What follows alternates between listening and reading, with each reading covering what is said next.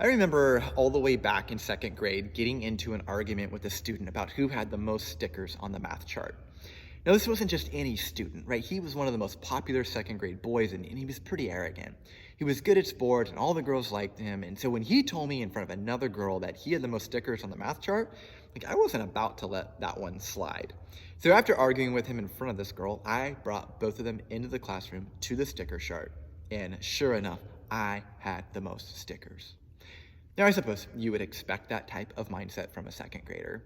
But even as we get older, many times we feel this innate pressure to prove ourselves to others.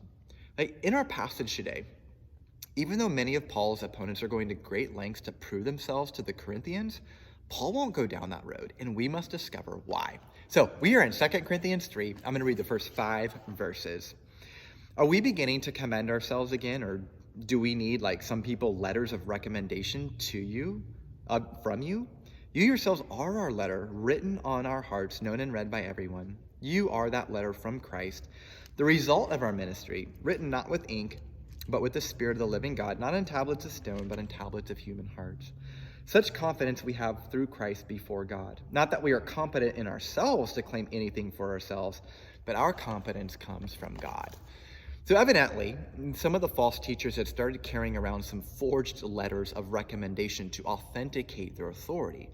And Paul's response is not to drag his opponents inside the classroom to the sticker chart, but instead he simply responds by saying that you Corinthians, you are my letter. In other words, the work God has done through me is the only letter I need. I don't need to accumulate worldly credentials or validation from other sources in order to prove myself. Now, think about how freeing this mindset is.